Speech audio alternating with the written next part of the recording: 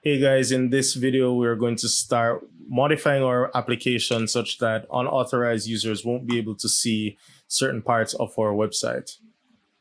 Now, the scenario is that this registration form for our IT conference is public facing. Everybody should be able to come on, register, and move along. However, nobody should be able to view attendees and make modifications to our database at will. So what we want to do is kind of put in mechanisms such that you have to get authenticated to make sure that you're authorized to see this page and do any further modifications to the data. Now, back in our code, I'm going to start our modifications with our conf file. So I'm going to switch over to my development database. So I'm just going to comment out the remote database connections and uncomment the local database connections. Then I'm creating a new file inside of my DB folder and I'm calling it user.php.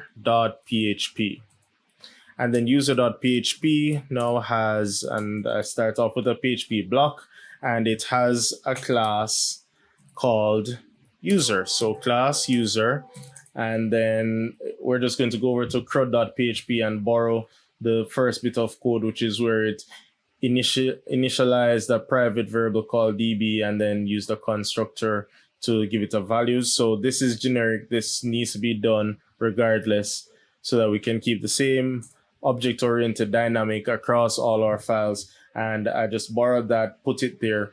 And the next mission will be to implement some functions. So the first function I'm going to put in is public function insert user. All right, so insert user, well, that's function one. I haven't defined the user table yet, so I'm not going to proceed with that just yet. But I want another function that will maybe get user. All right, so I'm just wireframing up this class for now, and we'll just leave it at that. So we don't want to insert user and we want to get user at some point. But what we also need to do is actually define our user table. So I'm going over to PHP my admin, clicking my attendance DB, and create a new table. I'll call it users, and I only want 3 columns. You can put in more if you want, but my 3 columns are really going to be ID, which is going to be my auto incrementing primary key, and I need username and password, and these two will be varchar, and I'll give them a size of 50. All right, once I've defined those, I can just go ahead and click save, create my new table. And then now I know I need username and password. So whatever columns you put in, I'm sure you put in more, but at the very least, you should have a username and password, or maybe use email address and password, but you need at least these two to have a sensible user table. All right, so now that I know what columns I need, I can better define my functions. So I'm going back over to my functions, and to insert a user, I can expect that I'm going to get the username and the password of the user to be inserted. So I just put those in, username, password. Those are my 2 parameters. And then to do an insert, I can go over to CRUD. Now we can borrow the same logic that was used to insert our attendees. So I'm just going to take this entire block of code, and then we're going to make some slight adjustments relative to our new context. First change I'm going to make is to the query. So we can retain the variable name SQL, but then the query should be insert into users, since that's our new table name and inside of our user class. So insert into users, and the columns that we're inserting into are username and password. And remember, ID is auto incrementing, so we don't need to provide a value for ID. I don't have all of these. Maybe you do, so you can tweak it accordingly, but I don't, so I'll remove them. All right, and then values, and the values or the parameters that go into the values are username and password. So I'm retaining the colon and putting back the same username and password. And then I'm going to remove all of the extra parameters to be bound and just make sure that I retrofit all of this code to be username and password. All right, so that's how you can reuse code that you've already written. We already did quite a bit of coding inside of CRUD, and now we need similar code inside of user, so I'm just reusing it.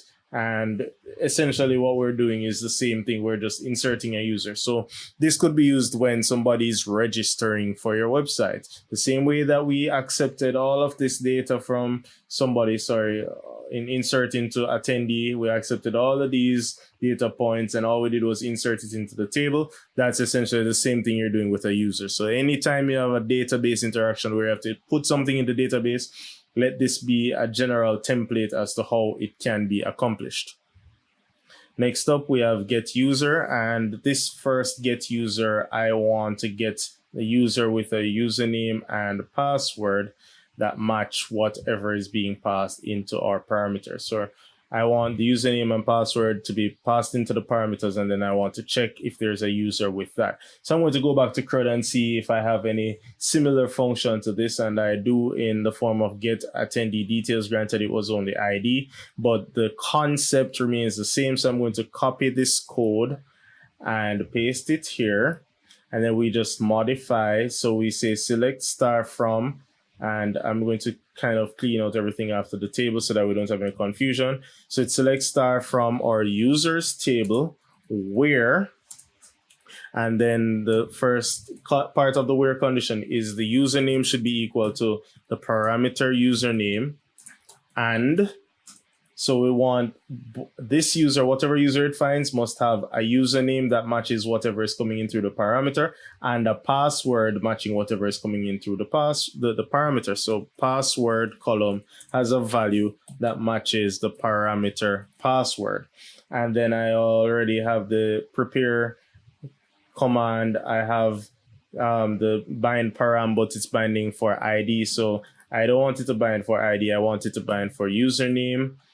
And the value it should be looking for is the username from the parameter, and also for password, and the value it's looking for is from password. And then we execute, then we fetch the results, meaning if a user is found, we fetch that user, and then we store it in result, and we return the details about that user to whatever was calling that function. Now, having done all that, I'm going to introduce one more function, and this one is going to be get user by username. So I'm going to, underneath get user, just introduce a new function, public function get user by username, and I'm passing in the username value or parameter. And then inside this function, I'm going to kind of do the same try catch, and this time I'm just fetching for username. So I'm going to just rewrite this code quickly.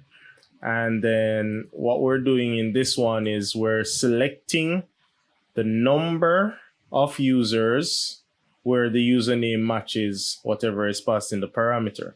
So let me say that again. Our select query is saying select count star, and I mean, you could use a column name there, but we just say star count as num, meaning return a column called num with a value of the count from the users table where there's a username that matches whatever username is coming in through our parameter. And then, of course, everything else kind of looks just like the get user function, right? So we execute and then we fetch the result and store it and return it. All right. So the purpose of this one, this function, is to make sure that we don't enter two users with the same username. All right. So this is really, it could return a true or false, but I'm just going to leave it as is. And I'm going to kind of modify this insert user function to always call this function first, and then based on what this function returns, take an action. So if it returns anything other than 0, meaning 0 would mean that there is no user by this username, then it should go ahead and insert. If it returns something other than 0, meaning there is a user by that username, then we just don't do anything. All right, so I'm going to retrofit this function, and what I'm going to do is introduce a variable, and I'm going to call it result, and it's going to be equal to this. So because we're in the class, we have to use our this keyword so that we can access the sibling functions. And when I say this arrow, I'm going to call get user by username. All right, so my IntelliSense helps me out a bit there. And then inside of this parameter, I'm passing in the same username that the request just came in to create the user record for. All right, so what's going to happen is once I call insert user, passing in username and password, it's now going to make this function call, which is supposed to check the database as we designed down here to see if there's any user with that username and return how many. So then what we need to do is say if our result, and result is what's storing that count, right? If result, and result would represent a whole row, which has a column called num, right? So remember we said we wanted to return some result set with a column called num with a value of count. So if the value inside of result square bracket num is greater than 0, which means that there is a user by that username, then what we can do is just return false. All right, so we just return false if that user exists. And essentially, we don't want to do anything with a false because a false here is bad, a false here is bad. So we just return false. And then we just say else we want to proceed with all of our beautiful, wonderful code that is actually creating our user. So let me just fix the formatting indentation there. All right.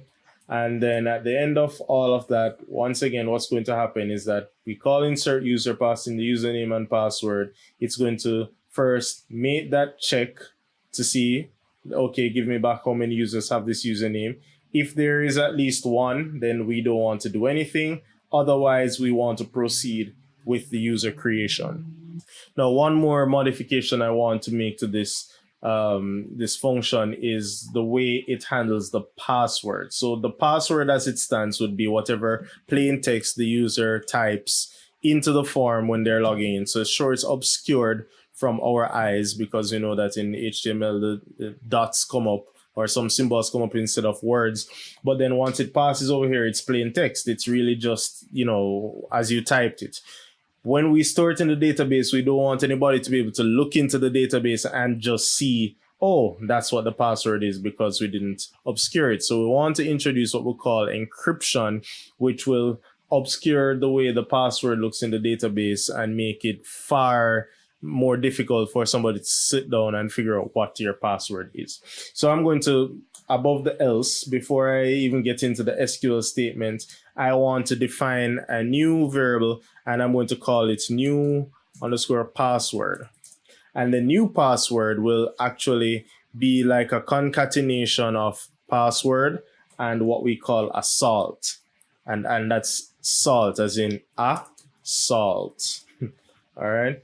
So assault is like a random block of text that we use to further obscure what the password might be. So sometimes people define a static salt and then they use this static salt to append or prepend every password. So every time somebody types in the password, it's used as a qualifying agent. I want to be a bit more dynamic. So I'm going to append the username to this password text. All right. So by using the username to append to the password, it's far more dynamic. There is no static salt. As a matter of fact, the salt, which is username, changes every time it's a different user. And then even if they use the same password, two passwords should never look alike in the database because the salt would have been different because every username at the very least should be different. So having appended them and saying new password, the next thing I'm going to do is actually encrypt it because right now it's still plain English. It's just two words. So I'm just going to say MD5 and I'm wrapping this concatenated text inside of the parentheses. And this is an encryption function. So it's probably the most popular PHP built-in encryption function. There are quite a few. This is very popular, and it is probably the least secure since it's so popular. But of course, you try your best to make whatever it is you're encrypting as dynamic and foolproof as possible, so that moving forward, it's harder to crack. So let's go through this again. I'm defining a new variable called new password, and I am hashing a combined text of the password and the username.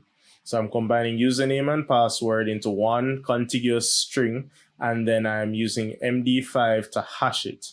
And then I'm storing all of that inside of new password, which then means instead of passing password as the param, I'm going to pass new underscore password. So this is what will get stored in our database, and this is what needs to be authenticated against each time going forward. So at the end of this exercise, I'm feeling pretty confident that we can insert a user. We check and make sure that this username doesn't exist before, and if it does not exist, then we can go ahead and create a hashed password and insert this new user with its brand new secure password. Now, I have a few more changes I'm going to make, and I'm going to make them to the con.php file, where I'm actually going to instantiate, well, first require. So I'm just going to require once users.php. So I'm just requiring that new DB file. And in that same vein, I'm going to declare a new object called user of type user. And it's getting the same PDO object that CRUD was getting, which is why we reused the constructor bit of code from CRUD, because we expect it to behave the same way that CRUD behaved. All right. Now, con.php is included on every page, which means that if we need to access something for the user, we can access it. If we need something from CRUD, we can access it. And every other object that or class that we build that should interact with the database could also be included right here in the con.php and utilized accordingly. There are different patterns and different ways of doing this. This is just one of the paths of least resistance so that we can understand the foundation of it. Now, the last change I'm going to make is I'm going to call the function insert user, which is inside of my user object, right? So we just declared the user object. So same time I'm going to put it to use, and I'm going to call the insert user, which takes a username, and I'm putting this as admin, and a password of, well, password. So it's a very simple user. So our admin user is admin and password. Now, the reason I'm putting it right here inside the con file is that the con file gets loaded on every page. When we go to the index page and the con file gets loaded and it loads all of this, it's now going to insert the admin user.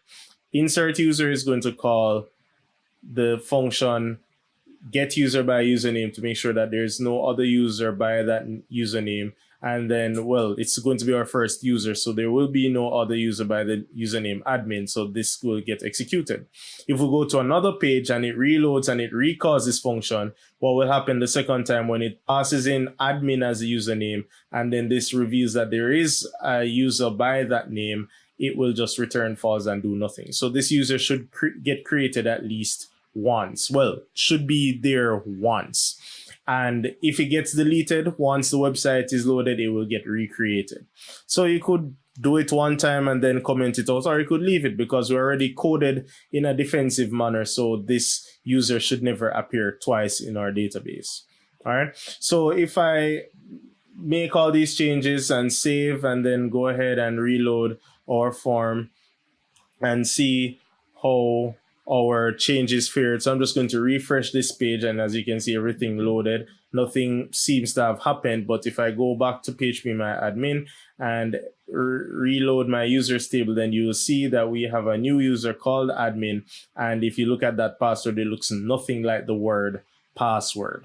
All right, so that's our hashed password. And if I navigate to another page and come back to home. So remember, each time we navigate, it's loading con and it's making that function call. If I go back to my users table, I'm still only seeing one instance of admin. If I delete admin and I just remove admin, so there's no user by the name admin, and I go to another page and I go and refresh, admin reappears with a new ID, yes, but the same admin username and password. All right, so that exercise was just to show you how you could go about putting in at least one user so that when we start locking down our pages, we actually have a user to use to log in.